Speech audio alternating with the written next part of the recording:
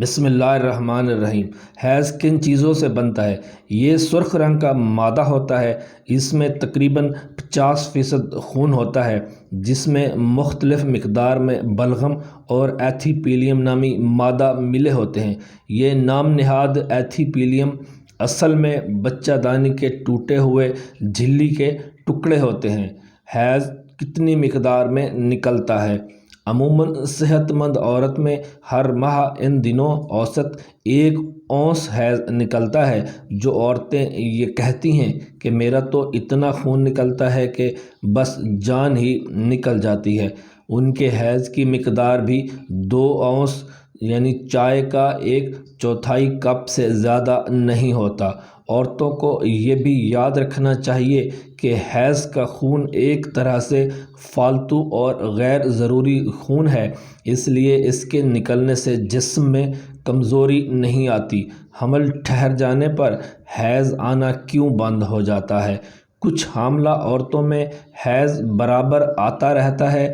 بہت سی عورتوں میں حمل ٹھہرنے کے پہلے اور دوسرے مہینے میں حیض نکل کر پھر بند ہو جاتا ہے۔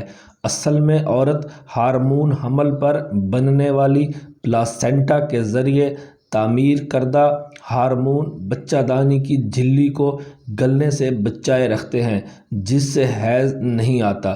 بچے کو دودھ پلاتے رہنے سے بھی حیض دیر سے شروع ہوتا ہے۔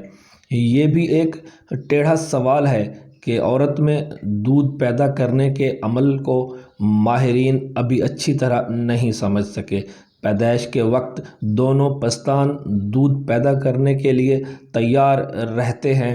جب بچہ نپلس کو منہ لگاتا ہے تو نسوں کے ذریعے حاصل ہوئے اشتعال دودھ نالیوں میں پہنچتے ہیں۔